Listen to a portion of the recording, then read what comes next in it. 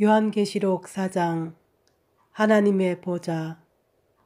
이 일 후에 내가 보니 하늘에 열린 문이 있는데 내가 들은 바 처음에 내게 말하던 나팔 소리 같은 그 음성이 가로되 이리로 올라오라. 이후에 마땅히 될 일을 내가 내게 보이리라 하시더라. 아멘.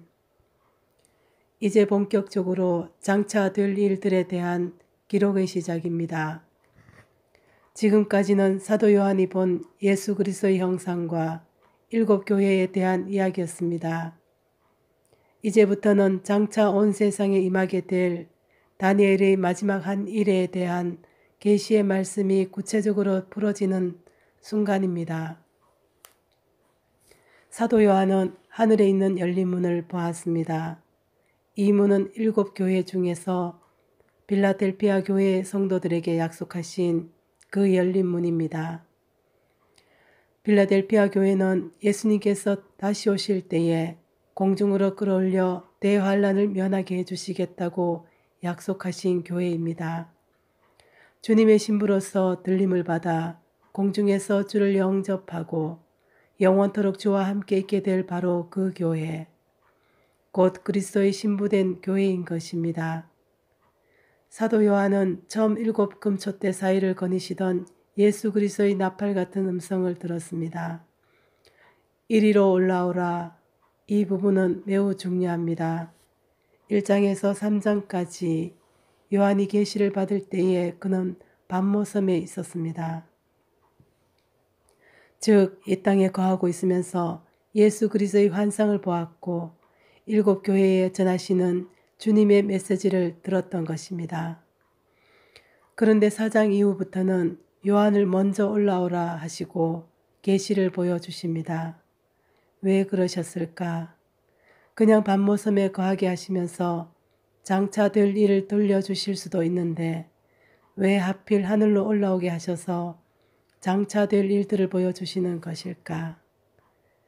그 이유는 주님 오실 때에 들림받는 모든 주님의 신부들은 대환란을 땅에서 보지 않고 하늘에서 내려다볼 것이기 때문입니다. 내가 곧 성령에 감동하였더니 보라, 하늘에 보좌를 베풀었고 그 보좌 위에 앉으신 이가 있는데 앉으신 이의 모양이 벽옥과 홍보석 같고 또 무지개가 있어 보좌에 둘렸는데 그 모양이 녹보석 같더라. 아멘. 공중으로 끌어올림을 받고 공중에서 주를 영접하게 될 것이라는 데살로니가전서 4장 16절에서 17절 말씀대로 하늘로 올라가서 보게 될 광경을 사도 요한을 통해 미리 보여주십니다. 가장 먼저 눈에 들어오는 것은 하늘에 베풀어진 보좌와 그 보좌에 앉으신 예수님입니다. 그 모습이 어찌나 아름다운지 보석같이 찬란하게 빛나는 모습으로 묘사하고 있습니다. 그리고 보좌 주변에 무지개가 충만하게 둘려있는 모습을 보았는데 이 무지개는 온 세상을 향한 구원의 아우라입니다.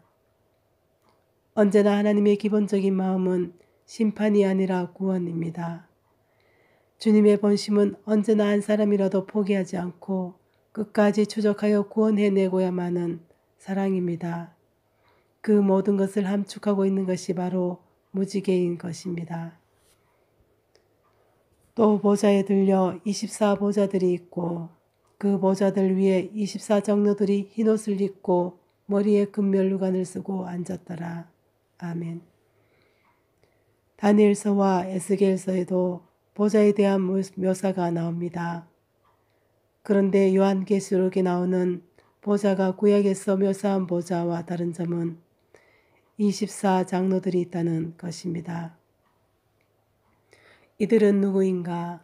많은 신학자들은 구약의 12지파, 신약의 12사도를 대표하는 사람들로 보고 있습니다.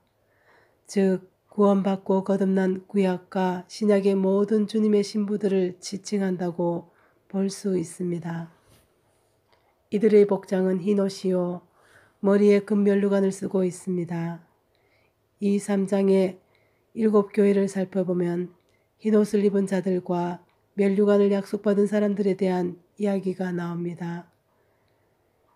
서머나 교회에서 죽도록 충성하여 장차 생명의 면류관을 약속받은 순교한 성도들, 잠자는 사대교회에 자신을 더럽히지 아니하고 거룩하고 구별된 삶을 살았던 흰옷 입은 성도들, 약속된 면류관을 놓치지 않기 위해 끝까지 적은 능력을 가지고도 예수님의 이름을 배반치 아니한 빌라델피아 성도들, 이 성도들이 바로 24장로들과 함께 공중에서 주와 함께 지내게 될 사람들입니다. 보좌로부터 번개와 음성과 내성이 나고 보좌 앞에 7 등불 켠 것이 있으니 이는 하나님의 7 영이라. 아멘. 다니엘서와 에스겔서에 묘사된 보좌에는 7 등불과 촛대가 없습니다. 그런데 요한계시록에서 묘사된 보좌 앞에는 7 등불 켠 촛대가 있습니다. 계시록 1장에서 촛대는 교회를 가리킨다고 설명이 되어 있습니다. 다시 말하면 보좌 앞에 이미 7 교회가 하나님의 7 영인 성령과 함께 하늘로 끌어올려 보좌 앞에 놓여져 있는 것입니다. 이사야서 11장 2절에서는 여호와의 신을 지혜와 총명의 신, 모략과 재능의 신, 지식과 여호와를 경외하는 신이라고 묘사하고 있습니다. 이것은 7 금촛대의 가운데가 여호와의 신이고 좌우로 짝을 이루어 존재하는 세상의 영을 합하여 총 7 영으로 존재하는 성령 하나님을 묘사하고 있는 것입니다. 사도 요한이 바라보고 있는 보좌에는 진실로 24장로와 구원받은 신부된 교회가 함께 있는 것입니다. 보좌 앞에 수정과 같은 유리바다가 있고 보좌 가운데와 보좌 주위에 4 생물이 있는데 앞뒤에 눈이 가득하더라. 아멘. 보좌 앞에 펼쳐진 수정 같은 유리바다. 성경에서 바다는 세상을 지칭합니다. 그런데 수정같이 맑고 깨끗한 유리바다입니다. 이것은 하나님께서 태초에 창조하신 천지창조의 원형을 나타냅니다. 죄로 물들기 이전에 완전한 세상을 나타냄과 동시에 죄로 물든 후에 씻겨진 새 하늘과 새 땅을 나타내기도 합니다. 그리고 보좌 가운데와 주위에 두르고 있는 4 생물은 동서남북의 피조 세계를 다스리는 고위급 천사들, 그룹 또는 스랍이라고 신약자들은 해석합니다. 그리고 4 생물 앞뒤에 가득한 눈은 온 땅을 두루 감찰하여 편재하시는 하나님의 임재와 통치를 나타냅니다. 그 첫째 생물은 사자 같고 그 둘째 생물은 송아지 같고 그 셋째 생물은 얼굴이 사람 같고 그 넷째 생물은 날아가는 독수리 같은데. 아멘. 보좌 가까이 있는 4 생물은 보좌에 앉으신 예수 그리스도의 형상을 대표하는 대변인들입니다.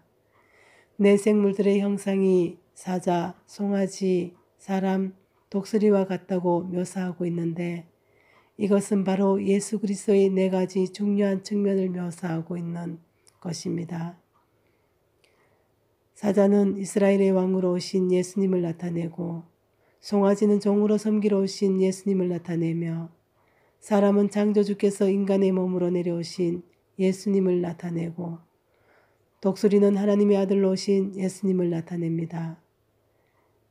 기가 막히게 사복음서에 나타난 예수 그리스도를 예표하고 있는 4 생물의 형상을 통하여 완전한 사람이신 동시에 완전한 하나님으로서 하나님과 사람 사이의 유일한 중보자 되시는 예수 그리스도를 묘사하고 있는 것입니다.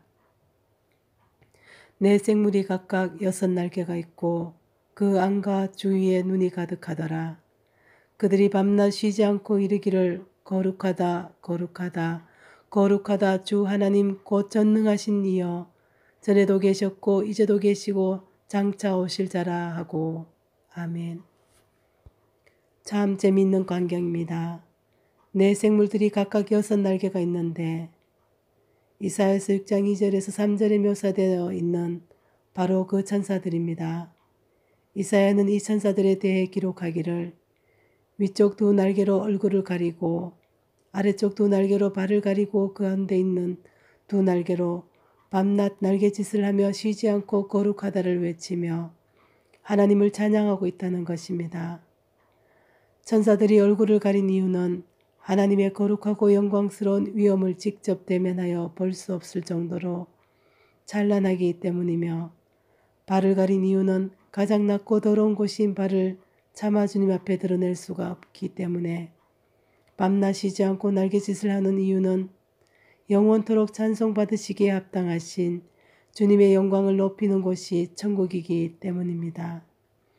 그런데 사람은 천사보다 더 높은 위치에 있지기에 살아계신 하나님과 얼굴을 대면하며 볼 것이며, 공중에 날갯짓을 하며 들러리 역할을 하는 것이 아니라 당당히 주님과 함께 보좌에 앉아서 면류관을 쓰고서 왕노릇하는 존재입니다. 천사들은 한갓 하나님과 사람 사이에서 심부름을 하는 시종에 불과한 존재임을 알 수 있습니다.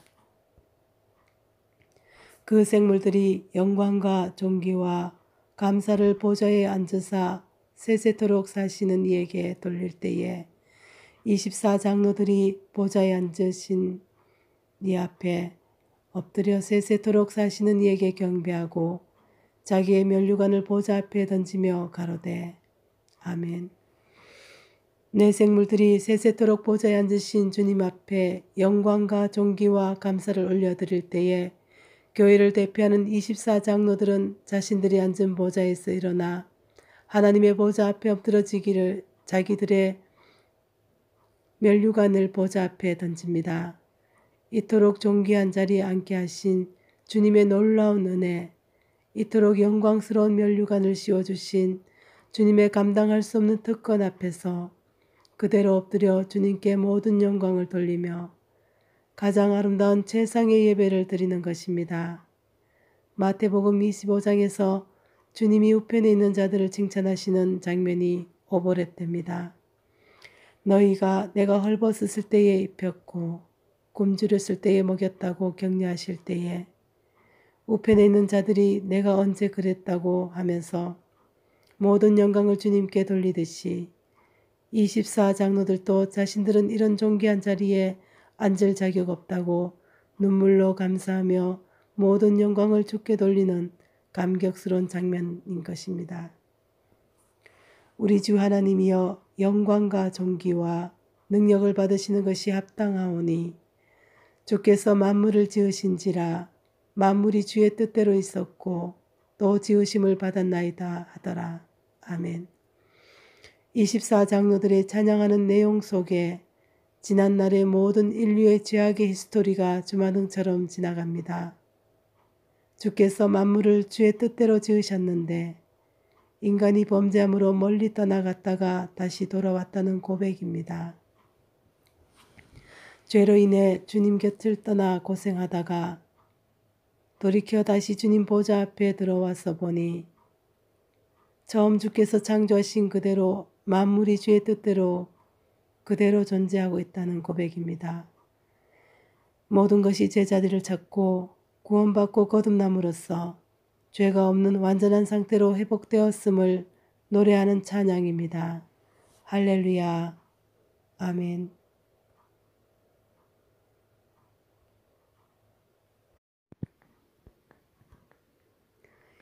요한계시록 4장. 하나님의 보좌. 이 일 후에 내가 보니 하늘에 열린 문이 있는데 내가 들은 바 처음에 내게 말하던 나팔 소리 같은 그 음성이